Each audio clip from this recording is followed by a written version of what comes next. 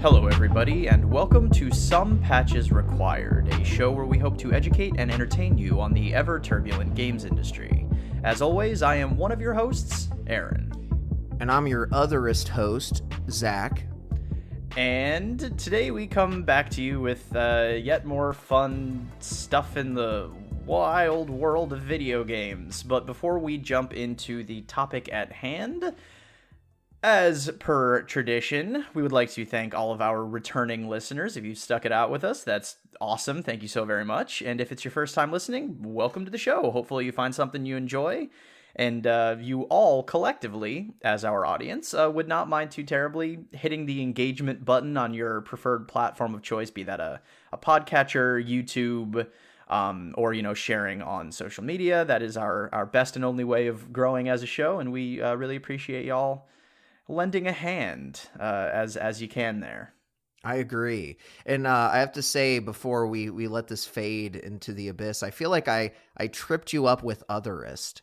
I noticed a bit of a pause there, Aaron. No, I thought actually I took otherist well enough in stride, because this would be the second appearance of otherist. Yeah, it was definitely the weaker of the two. It was less of a funny callback in this one, but yeah, no, regardless, thank you everybody for your support. We appreciate all of you, including those 4 new subscribers on YouTube. You know who you are. Wink, wink, wink. All right. What are we talking about this week, Aaron? This week we actually have some news of theoretical progress in the games industry, namely the GDC, the Game Developers Conference, was held in San Francisco for the year of 2025 in the middle of March, and it was, I believe it's safe to say, a very union-heavy Game Developers Conference. There were presences, I believe at least 2 booths for different unions, and at least 1 or 2 different talks about unionization in the games industry. But moreover, the news of the day is that we got an announcement for a brand new industry-wide video game workers union called the United Videogame Workers Union, formed in partnership with the Communication Workers of America, which is making a huge push to draw together workers from across the industry, regardless of which employer they have, to try and finally elevate collective bargaining and whatnot for video game workers into the spotlight and make that a serious push from this point forward. So yeah, I think because I've been attending GDC. I didn't make it the last couple of years, but ever since I've been there have been union presences and rumblings and various different corners of people talking about unionization, different banners and everything, and it makes sense that it would kind of all come to a head at GDC as opposed to anywhere else. But yeah, that is the news of the day. So we're going to kind of dig into a little bit about the United Videogame Workers Union. We're going to discuss some of the circumstances that obviously brought this into the reality, which if you've listened to the show at any point, you are probably familiar with a lot of those issues. And yeah, we're going to then discuss some of the sort of pros and cons, not necessarily cons, but like the positives and some of the potential challenges that this union may face gaining traction. And yeah, just kind of have a union conversation again. Yeah, apparently we have to have at least one a season. And before I forget, last season, we had a conversation with my friend Adam Powell, who is an ex-union organizer. I personally found that conversation to, one, be fun to record, but also very insightful. So I recommend that anyone that's interested in unionization, go check out that episode. I think it's a good one. Yeah, there are a lot of insights into the sort of process of organizing, some of the challenges faced there, but also a lot about the, potential power of unions once, begun. Yeah. once they've gotten out of the ideation phase into the action phase. So yeah, check out the Adam Powell interview we did. It's definitely worth a listen, as well as a shameless plug for our own content. Shameless. What's less shameless, though, is going into the context of why is this happening? So I think everybody, or at least if you are at all into games, I don't know how you wouldn't know that this is happening, but there has been a lot of layoffs for about 2 years now, and that's continuing into this year. I actually just saw a recent LinkedIn post. I don't remember the name of the studio, but I remember that it was the studio that made Myst, which I think is kind of like I don't know if it's a cult classic. I've never actually played the game, but I know it's a very old game. When I say Myst, I believe it's spelled Myst. Yes. But it's a fairly old studio, and they just had some layoffs. So it's continuing into this year, but in 2023, we saw a total of 10,500 jobs lost due to layoffs. And then in 2024, we saw another 14.6 thousand jobs in the games industry lost. There's a survey that was getting passed around at GDC, or rather, I guess people were taking at GDC, and the results of that survey are also really interesting, Aaron. It says that 41% of developers reference being impacted by layoffs in 2024. That is as compared to 35% in 2023. So obviously that number went up by 6%, which makes sense because we saw an additional roughly 4,000 jobs lost in 2024 as compared to 2023. Regardless, that's around, 25,000 jobs lost in the last 2 years. And obviously that's climbing as we move forward. So quite a lot of people. And actually, Aaron, if you compare that to the total number of people that attended GDC, which was something roughly 30,000 attendees, almost as many people have been laid off as attended GDC this year. Which I actually just realized that. So that's a current observation. I didn't have that in the notes. That's kind of wild. I was actually planning on bringing that up because I'd run the math on that in my head before we started recording. And I was going to say, especially when you consider that GDC, even in a less turbulent time, is a place where video game workers find solidarity among each other, right? There's a lot of positive energy going on. There's a lot of, sort of camaraderie that comes out of all of these developers getting together in one place to not just celebrate what they do, but, share the challenges, share the victories, and, come together to commiserate and plan for something better. And it, again, stands to reason that when you look at, again, 30,000 people showed up this year. Obviously, not all of them were impacted by layoffs, but just that sheer number. And then you look at the almost 26,000 or roughly 26,000 people who have been laid off in the last 2 years. And you can imagine the crossover there. So that many people all getting together in one place, all of whom have, there's almost no chance that people there don't at least know team members who have been laid off within the last 2 years. The odds of that are exceptionally small. So yeah, the numbers there are kind of staggering. And I think, again, when you put that much energy in one place, you're bound to end up with a desire for change and possibly some very motivated people willing to take action on that front. Yeah. And for those that are interested, so they can actually reference the numbers that I was just talking about, it is actually the GDC survey. You can find, there's an article titled GDC Survey, 41% of devs affected by layoffs in 2024. That is a gamesindustry.biz article. So if you want to check that out, that's got a lot of useful links in there.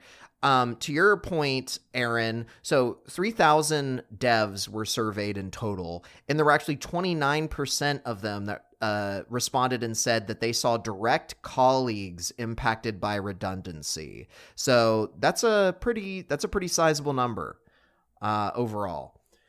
So yeah, no, it is definitely a situation where a lot of people are either being directly impacted in the sense of I lost my job, or my job has been impacted because my teammate was fired, or my job was impacted because this other person who's on another team that I work with was fired. So it's a thing where pretty much everybody knows someone that was laid off. I mean, I know multiple people that have been laid off over the course of the last 2 years.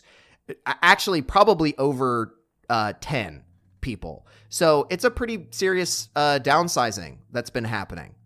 And so I think when you look at that situation, it's logical that a lot of developers are wondering, how do we curb this? How do we feel like we've got more power in the situation? How do we help ourselves? Because I think the other important thing that we didn't bring up, Aaron, is that some of these people have been out of work for upwards of a year, right? Yeah. Some people have been out of work for more than 2 years, because the reality is that when COVID happened, we've referenced this before, when COVID happened, there was a massive wave of overhiring.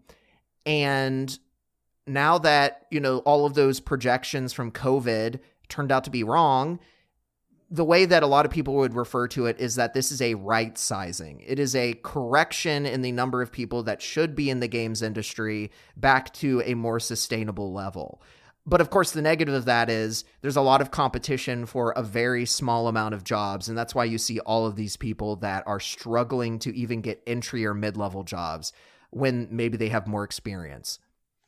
Yeah. It's definitely one of those things where, and I mean, you'll even see it reported in situations like, oh God, not to go down a rabbit hole or anything, but in terms of earnings reports that have not come out, but sales reports that have, in regards to the recently released Assassin's Creed Shadows, which for brief context is the second largest launch in that franchise's history after Valhalla. You'll see internal communications at Ubisoft referring people to not necessarily compare Shadows or really any other launch to that of Valhalla, because Valhalla came out during COVID.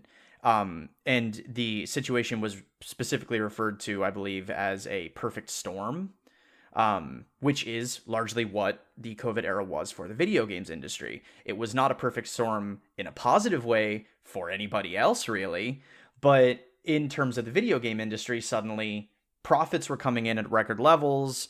They could invest so much more money. Money was easier to secure. Interest rates were way down.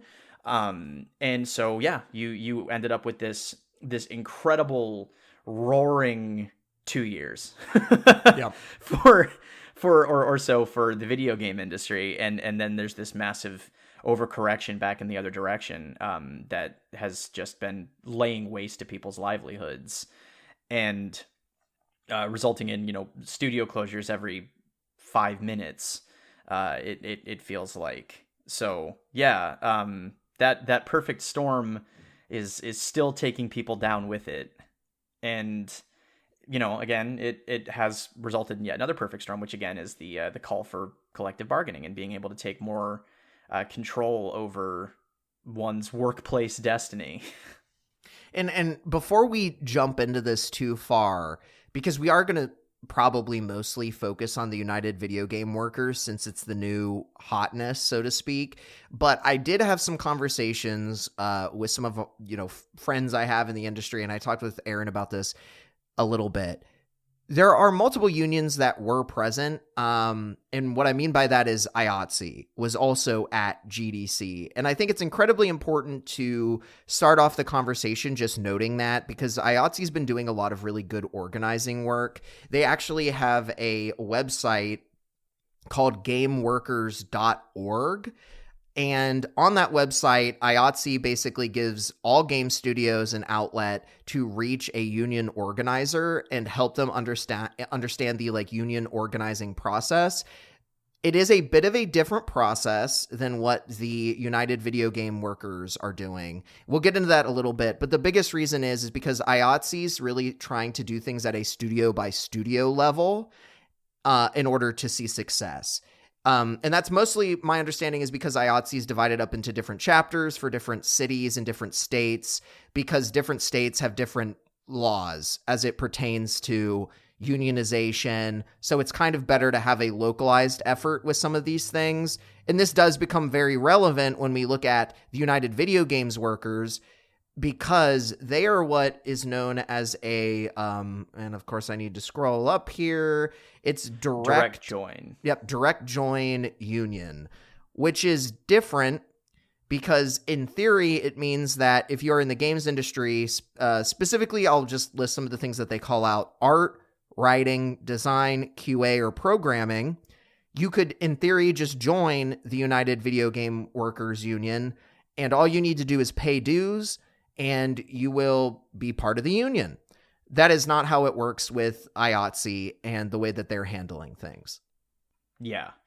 And that distinction does become pretty significant as we move into talking about what the positives are that could come from the UVW, as it is abbreviated, and also some of the challenges that they may face. But yeah, IATSE has been out there doing very good work, and it's also not to diminish the achievements, in as there have been a great many victories, but the formation, rather, of multiple video game unions that we've covered a handful of them over the past couple of years as they've popped up. Activision Blizzard has a union. Bethesda's workers have a union. A lot of these tend to be localized in terms of like specific roles within these companies even.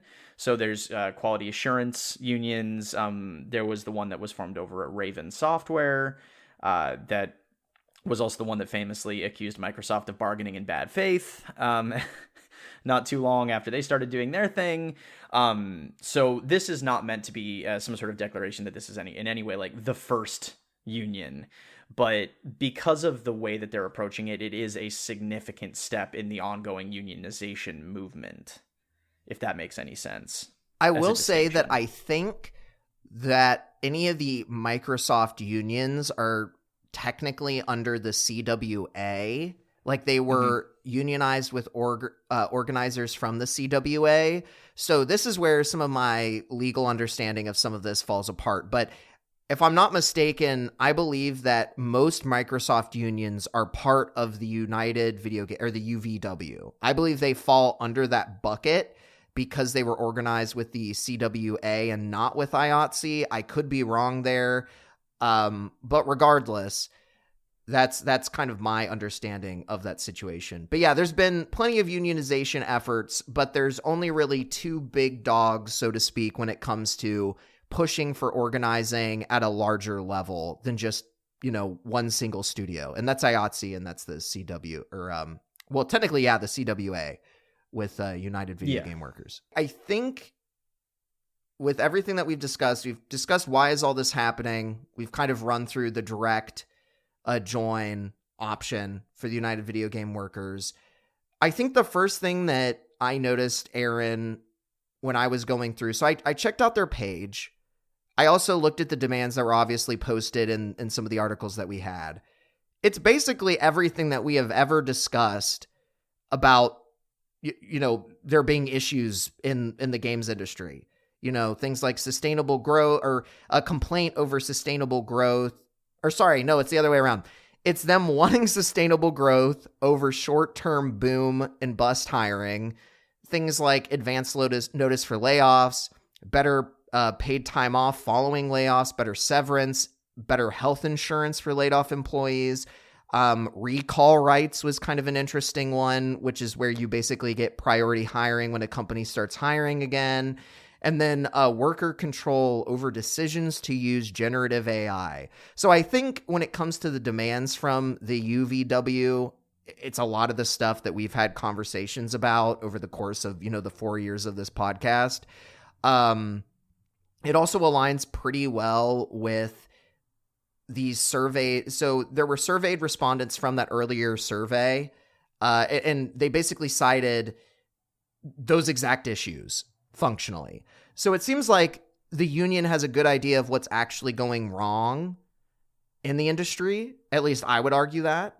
And they have that and they basically have that in their mission statement that they want to address that. And I would say that their dues are only 1% of your income with a minimum of $15 USD if you're in the United States. So from like a budget perspective, it's not breaking the bank. I will admit, I don't know what normal due percentages look like though. So I have no comparable thing to compare it with. I don't know. Yeah, but I mean, that doesn't seem like an obscene ask on the union side. The same, I think, can be said for all of the demands that are posted, which are by and large reasonable, and definitely poo-poo some of the poo-pooers who have said, like, well, what is a union gonna ask for anyway? It's not like they can guarantee them jobs or anything. And it's like, well, no one's suggesting that everyone have guaranteed jobs necessarily, but addressing the issue at the root of the amount of job loss that happens over the course of a development cycle is a reasonable expectation in my opinion. So saying like prioritizing sustainable growth over short-term boom and bust hiring cycles is a good way to combat the root cause of these mass layoffs, right? And then just asking for basic protections of one's, livelihood and ability to retain housing and food and transportation during the time when they are jobless in between gigs. That sort of thing is, if not guaranteed, then certainly much closer to a guarantee at almost every other, main sort of job, right? Like if you're let go, you'll be given a tail on your benefits. And in an industry that's this volatile, I think that's a completely reasonable ask. The generative AI thing being baked in from the jump, I think is important because as we're seeing with like the SAG-AFTRA strikes right now, there's still a lot of conversation being had within the industry about that. And so trying to bake protections in from the jump there, I think is a great idea. Recall rights, I think that makes sense, especially since we see that pretty consistently where a bunch of people will get let go and then the hiring boards start lighting up. That doesn't necessarily jive until you factor in the recall rights. So yeah, I mean, by and large, none of these demands are anything that I would call extreme. Yeah, no, I think the other thing that's very interesting here is when in our conversation with Adam, I feel that the point, sometimes people want to say like, oh, unions are just there to prevent firing of bad employees or whatever, right? Like unions are there to be a thorn in the side of the employer so they can't fire people. There is nothing in here that says you can't fire people at all. There's no comment about like even making that process harder in like a adding more red tape per se. It's simply saying that if you are going to lay someone off, you have to give advance notice. You also have to have better benefits for when you lay someone off because, they may not have work for a year plus.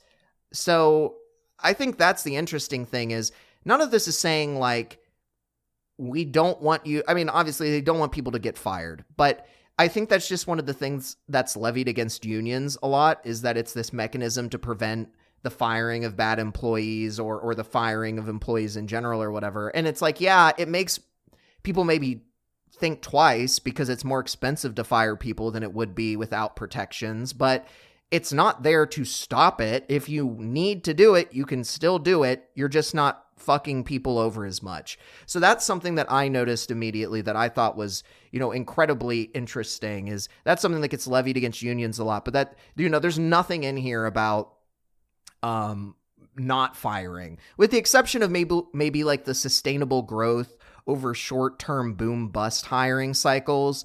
But like, if you're against that, you're not probably very good at business. I'm going to be real honest with you. I don't think that it is a sound business strategy to do short-term boom bust hiring. I think that ends up probably being more expensive for you than doing a sustainable option. So Yeah, I'm just going to be honest. I don't respect your business opinion if you take issue with that argument or with that demand.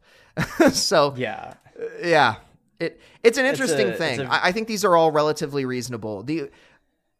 I honestly, none of these I think are particularly problematic.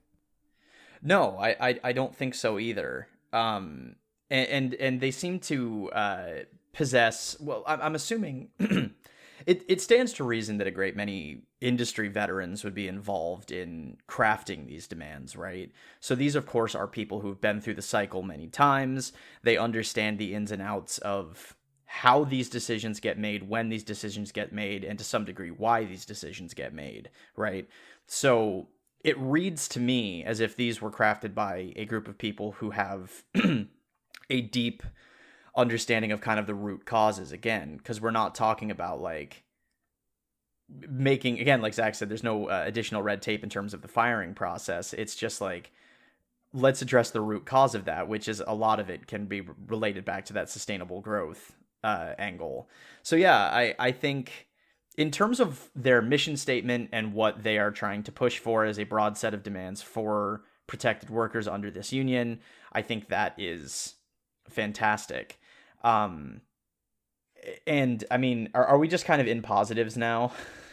Yeah, Like I mean, I think potential boons. Yeah, I think basically that's where we've found ourselves.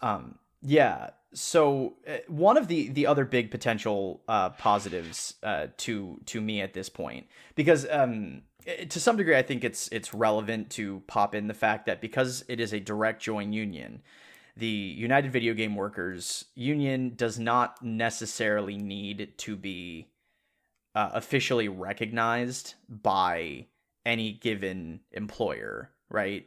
Which does remove some of the barriers to entry and some of the initial hurdles of actually beginning the organizing efforts, which does come with its own downsides to some degree, but we'll get into those later. But at the moment, what we're looking at is a push to have broad adoption of this union across the entire industry. So the positive element there is if this union can achieve scale and can find representatives not just in a minority but in a majority across teams, across companies, across the industry, then the collective bargaining power there in order to secure these demands will be substantial. And we're not talking about in the number of 30,000. We're talking about in the number of, X times that. It's not just the GDC audience that they're aiming for here. They're aiming for all developers to feel empowered to join this union. And once the disparate people from across everywhere have all formed under this one umbrella, they will start to wield power on the level of something like a SAG. And one of the initial benefits there that I think I've heard people talking about, as well as Zach and I have briefly discussed, is the idea that in terms of the Screen Actors Guild in Hollywood and the way that they protect their members, one of the most direct ways is through health insurance, where in Hollywood acting, the system is not incredibly dissimilar to contract-based positions in the games industry. It's just that the cycle is longer in a lot of cases. So you don't normally find actors, at least in the current era of filmmaking, being solely employed by one studio. Back in the day, you did have like in-house studio actors who were employed by the studio to be in their movies. And I'm sure that there are still contracts that are something akin to that. But generally speaking, most actors act as free agents, right? They will act in a project for this studio under the contract. And then once their obligation to them is done, they're no longer under contract from that studio. And if things were handled like they are in the games industry, that would mean that after every single project, people would be among other things, without insurance. But because SAG has its own insurance taken care of as part of being a member of the union, at least one or two areas of somebody's livelihood and security in their everyday life is not taken away when they are between gigs. So conceptually, the United Videogame Workers Union could provide similar protections to video game workers, meaning that there would be theoretically less need for the elusive full-time positions inside of any video game company, which are, as we've discussed, very hard to come by. So less reliance on that could end up being a huge paradigm shift in the way that game workers are literally physically protected from unemployment and its impacts. Yeah, I think that there's two things you hit on that I absolutely agree with. The first one is I think any barriers to joining that you can remove, the easier it becomes to join a union, the more likely people are to do it. And that is one of the great things about direct join, at least conceptually, is that you can just join it. You don't need to do any of the organizing like you would if you were kind of approaching it more from what IATSE tries to help with. So I absolutely agree there. I think that it removes a lot of friction for people and makes that process a lot easier. I also agree that I think in general for unions to be successful, they need to provide something, right? And the easiest thing that they can provide is healthcare to people, because that, whether it's like contract work or being laid off, that's by far what's going to, have the bigger impact on your life is like health insurance. And I've even had some friends that commented like that's really what unions need to be pushing for to get people on board to want to support them. Yeah. It's one of the most direct material benefits that I think would draw people into the organizing effort, for sure. So, I mean, if that's something that this union, again, once it achieves scale, can provide to its members, then that puts a huge amount of control in the hands of the individual workers who are no longer threatened by the idea of being without insurance should they strike and lose their jobs. Should they lose their jobs due to nothing inside of their control? Just the freedom that offers alone gives a lot of leverage back to the workers and takes it away from the shareholders and the corporate decision makers, who are generally fairly happy to leverage that against the people who are demanding equitable conditions and whatnot.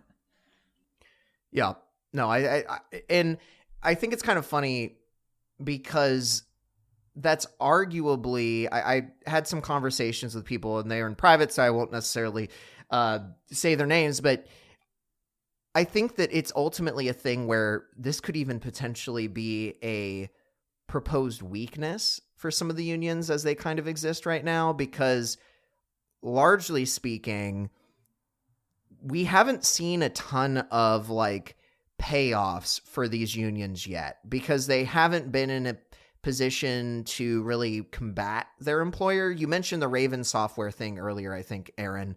And as far as I know, there really hasn't been anything public about that since the bargaining in bad faith comment was made. So we'll see what happens there.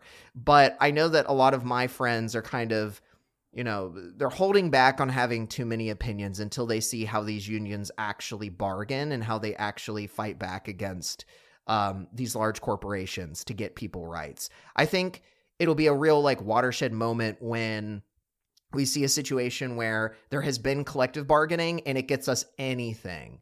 Because as you and I discussed before we jumped on, really the only thing sizable that I know of is the labor neutrality agreement between some of the CWA unions at Microsoft and, of course, Microsoft that's been pushed through. And a labor neutrality agreement really just means that there's no penalties for people that want to unionize.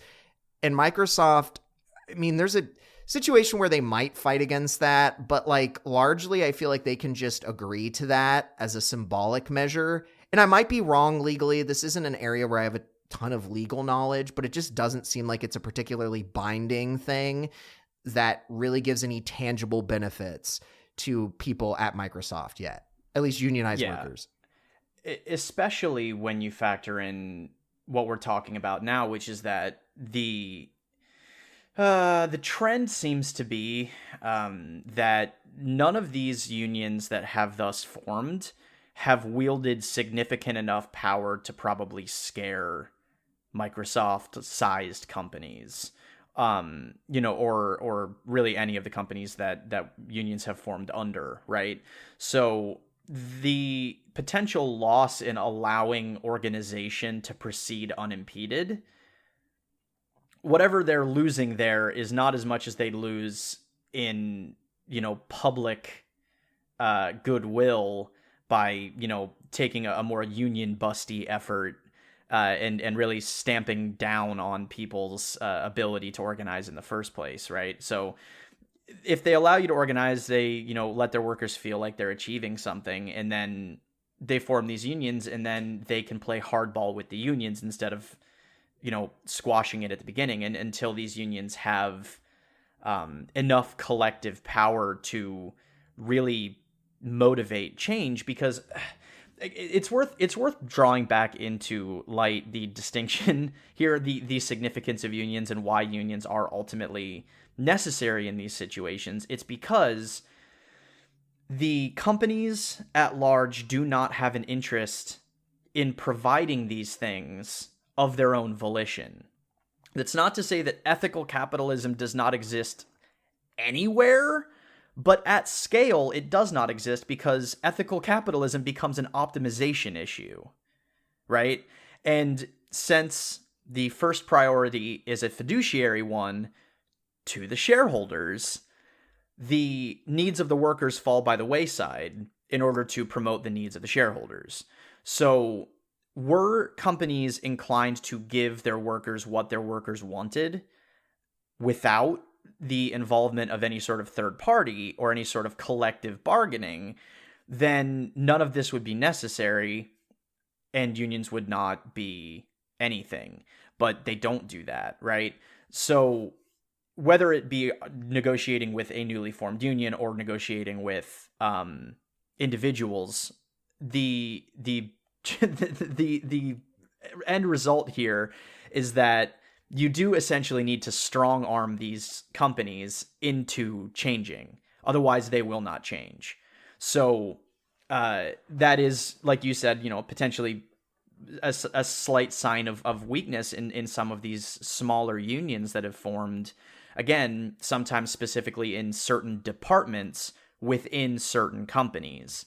And so the amount of power that they can actually leverage is inherently limited by the size of their network, which, again, is not theoretically a problem with a nationwide, industry-wide union that can bargain on behalf of all workers within that union, agnostic of company and agnostic of position.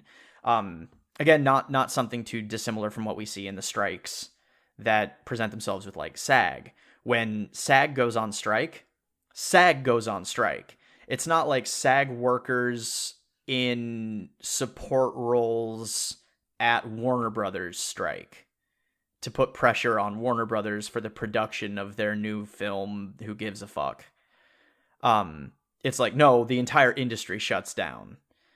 And that level of collective power is not something that is potentially achievable with these small unions. But it does kind of remain to be seen whether that sort of collective power will manifest within the United Videogame Workers Union. Anyway, sorry, I realized that was kind of a rambly bit, but it felt like there was some important stuff in there.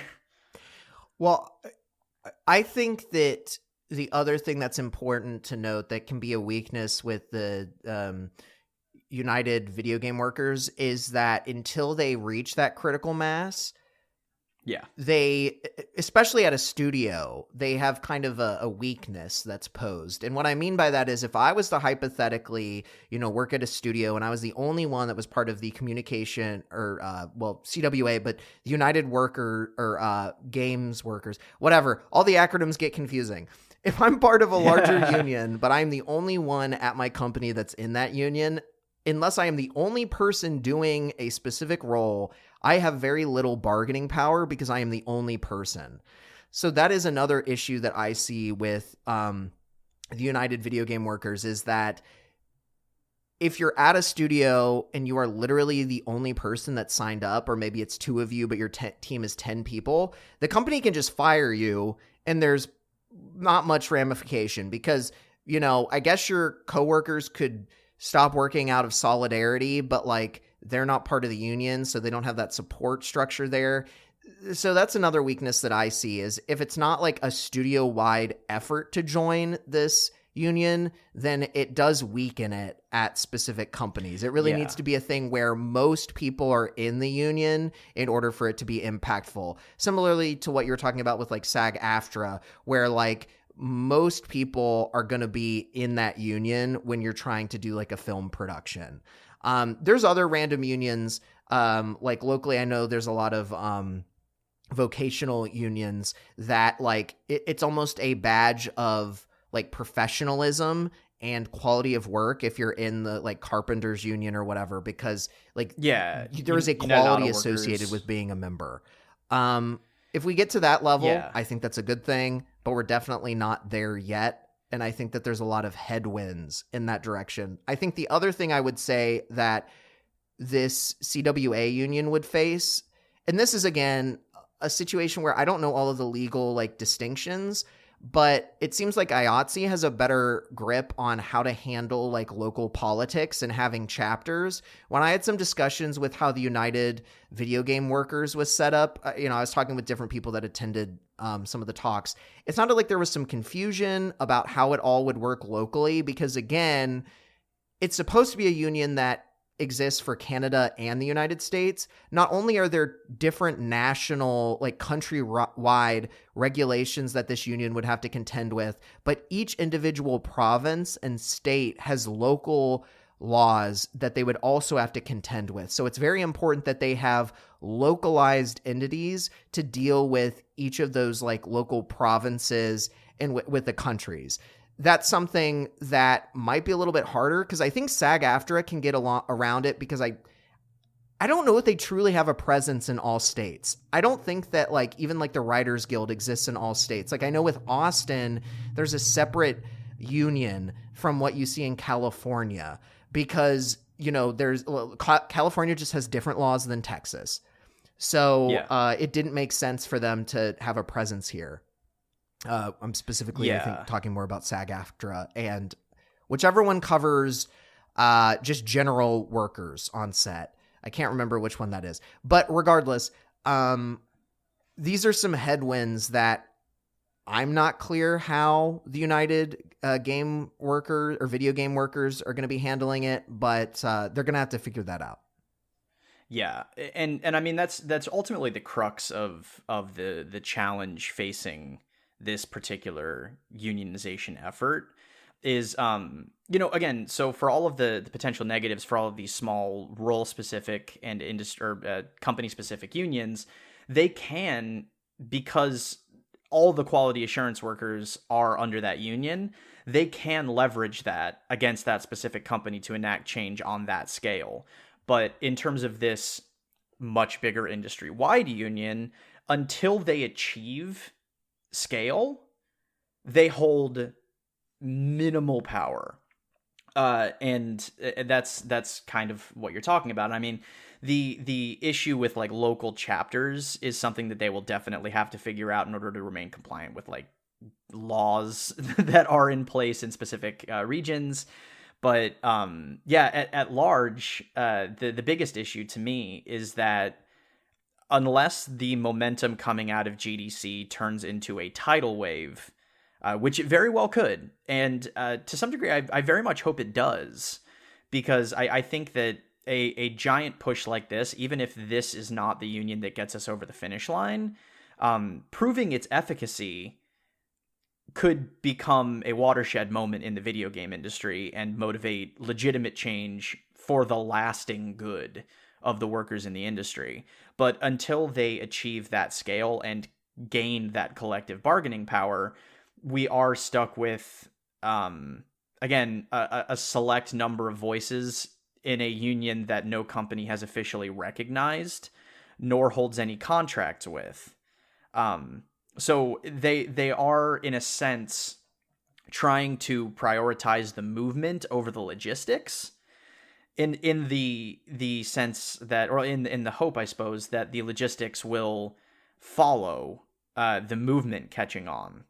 And I think that in the era of engagement being handled the way that it is across various different platforms and social movements taking off, I think that that's an intelligent way of organizing your organizing. But it does leave a lot of question marks in terms of how effective this particular group is going to be in bargaining anything with anybody, at least in the short term. Other challenges facing the Video Game Workers Union are plentiful. We had a couple of comments have been posted online about the idea, and this is the sort of sentiment you see a lot whenever unionization gets brought up in just about any industry, which is the idea that companies will then just move away from American labor and outsource to cheaper markets. And I wish I could say that that's not a concern, but I've already gone on a 5-minute rant about how companies aren't ethically bound to really anything other than returning their investors' investments. So I can't say that that isn't a possibility. But Zach, you and I have at least had a couple of conversations about the issue with taking that perspective and treating it as if it's like a natural law. You know what I mean? Something that is a natural inevitability rather than a practice that can be and should be changed. Yeah, I mean, I think you get into this discussion with anybody that's like candidly a capitalist, and thinks that like the fair market is some kind of like natural law, like gravity, where there's these mechanisms that just exist in nature that enable it to somehow be this wholly uncorruptible force. It's not. The free market capitalism, all of this is human made, which means that it's intrinsically flawed and is likely going to be manipulated. And I mean, we've seen fantastic examples of that in late stage capitalism, but to get away from the words that sound more socialistic, it's just, the idea is frustrating because I think most people accept that corporations are problematic. I don't think that's like a partisan issue in the United States, but for some reason, it feels like people are not willing to then question why we let corporations have so much power. And I'm not talking about the fact that they can legally be represented as people. I'm talking about the fact that we just let them manipulate jobs and send jobs overseas to be cheaper and all these different things. And it's like, there are legal things that you could do to place restraints on these companies. And I think that some people might hear that and they start thinking about like, you know, oh, too much government power and blah, blah, blah, blah, blah. But it's like, what's the alternative? That we all have to bow down to these, you know, amorphous entities that aren't even people because they can just, you know, shape our society in fundamental ways. Like, here's a ridiculous example. Do we think that a company that makes cookies should dictate our life? You know, like I'm thinking, is it like Nestle or whatever? Like, if you think about what these companies make for us, it's just like, oh, this tampon company controls like, you know, 20% of our politics. Like, I'm just throwing random things out there for absurdity. But my point here is that like, I don't think companies that make stupid luxury goods should be able to determine like how happy American citizens are, or citizens in any country are. And so I would just like there to be more people that question whether this should be the case and what can we do to combat this behavior, instead of just rolling over and saying, well, we can't have unions because then all the companies will leave. Yeah. And it's like, okay, cool. And even then, I still think it's kind of stupid, because it's like, yeah, okay, maybe some of the big employers would leave, but there's still going to be like indie and middle range studios that would have to stay and would have to follow regulations, because people in the United States will still want to make video games even if the big companies leave. So it's a frustrating situation. And specifically what Aaron was originally referencing is there's individuals that, I think are in a lot of ways community leaders that will have comments that are more tinted against unions, and they often will reference this kind of a statement in order to weaken unions as a like real solution. But what I always think is funny is a lot of the time they'll be like, oh, I don't really know what the solution to the problem is. Someone will say, oh, well, I think it might be unionization. And then they'll just be like, no. Or, they'll shoot that down pretty fast. So yeah, I'm being kind of vague, which I think takes some of the wind out of my sails. But, there's, I don't know. I personally just think it's really frustrating when individuals get to a certain level of prominence within a company and have very obvious corporate interests, and then they still try to be like a community advocate, because I think in order to be a successful community advocate, you have to be a little bit against the system of capitalism, especially when it comes to video games. And I don't think those people are willing to do that because they directly benefit from a lot of the problematic behavior of capitalism. And they stand to lose quite a bit financially if those systems change. So I get it. It's a human thing, but I think it's important they realize they've kind of like have limitations on how much good they can do. Yeah, or at least not try to, leverage their position and play the regardless of even, what good has come out of community leadership in certain ways. Just be aware of the fact that there are certain things on which maybe you should not speak because of your inherent bias and the skew towards personal interest. But anywho, yeah, I think, I don't know. I think it's worth looking, rather than just treating companies outsourcing work from America because American labor becomes too expensive as a result of, unionization efforts amongst other things, and consider what has gone wrong instead, where a system is so opposed to providing ethical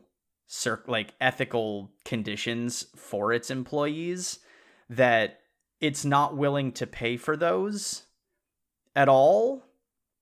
It would rather provide substandard conditions for cheaper than provide acceptable conditions for more, which, by the way, these companies can afford, and just move offshores. I mean, why does the relationship between the literal means of production and those who profit need to be so contentious? There's a question in there. There's a philosophical conversation to be had about where in the system that all went very wrong. Maybe before we give companies a free pass and treat their inevitable departure from the far too expensive American market as an inevitability. I think there's some ingrained politics and some ingrained behaviors that need to be adjusted, and a good conversation to be had about that. But yeah, as we kind of wind down the hour, I don't know, I'm left with a couple of thoughts. Namely, there are a lot of challenges, and I saw some comments online indicating that the United Videogame Workers is almost doomed to fail, and in its failure will end up benefiting the corporations and the unfeeling companies and the shareholders even more, because a high-profile union failure is basically just good press for them. Especially if it's done really largely through no direct hand of their own. But I also feel like that is a very defeatist perspective.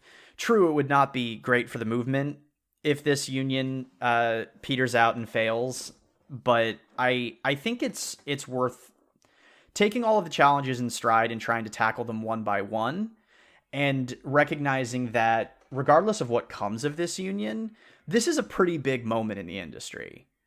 This is a civil call to arms for people to start taking back some control over their own destiny in an industry that has just been absolute turbulent chaos for the last few years and was not exactly a placid little pond before that. So I give my props to the organizers. I congratulate them on a successful GDC launch, and I wish them nothing but the best of luck with all of the efforts in the future. I know for my side, I'll definitely be keeping up with, the news as it pertains to this, just because I do want to see this succeed. I would like to see all of these changes put into place, and I think this is the best shot we've had so far. So I don't know. It's going to be a fascinating thing to watch as it progresses. Yeah, I would say that if this ends up failing, it definitely is a bit of a blow to unionization efforts in the games industry. The one thing that I think is potentially beneficial is that, kind of like American politics, honestly, video game executives and shareholders are not proposing solutions to these issues that are impacting people in the games industry. If we have another year where we lose roughly another 10,000 people, it is going to continue to make people question, how do we stop this? How do we make the games industry a better place? That is a dialogue that is consistently happening. And I think it is impossible to remove unions from that discussion, even if certain ones fail, because there is no other proposition that is being put into place. I have not seen people suggest alternative measures. I've seen a lot of people do, maybe it'll get better by this year. I don't know how to fix the problem. But the only real tangible next step that I've seen consistently is unions. And I think that shareholders and executives need to realize that the union conversation is never going to go away if they continue to abuse people and take advantage of them. And basically just look at the website for the United Videogame Workers and all of the different issues that they mention in their mission statement. If these problems are not addressed, you are only fanning the flames, and you have offered no response to why these things are the way they are. That is beneficial. Last thing I'm going to say, I don't know how they get out of it either, because, in the United States, I am going to get political here. In the United States, Republicans tend to fan the flames. They don't make any noticeable improvements. I mean, I can't say that Democrats really do either, but Republicans at least place blame on minority groups and groups that are not empowered enough.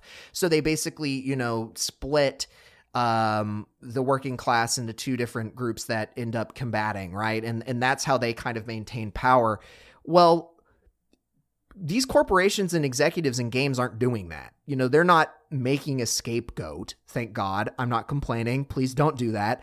But because they're not doing that, there's solidarity. There's more solidarity than there is at least in US politics. So I don't know how they're going to get out of it. If they just keep making the situation worse, it will only bite them in the butt, because they have no one else to point at and explain. You can blame the markets. You can say all this other stuff, but people don't give a shit. All they care about is, do I have healthcare? Can I live a healthy life? Can I live life in general? So that's kind of what I'm going to end it on. I think even if this union fails, executives and shareholders, if they don't do anything, they're screwed.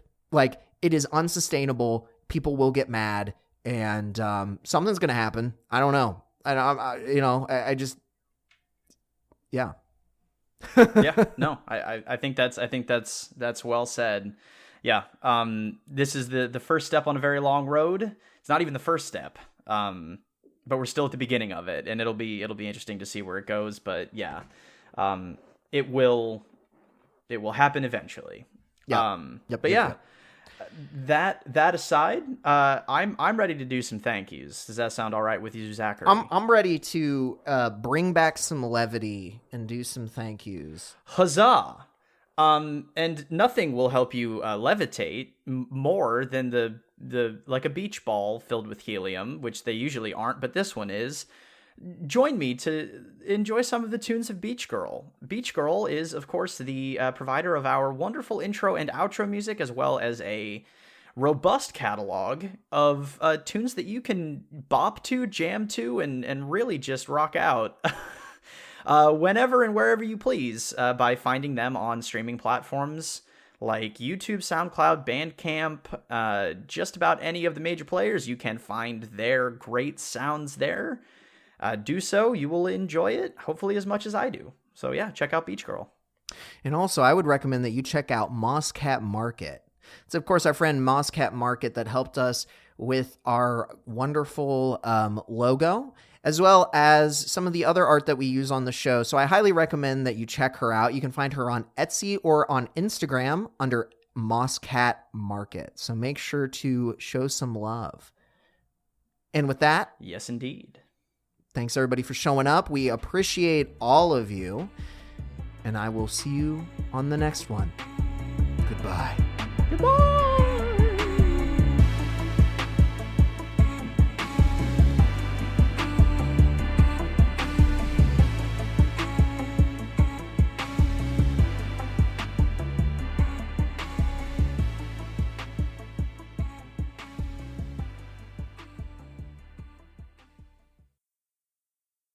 It will happen eventually.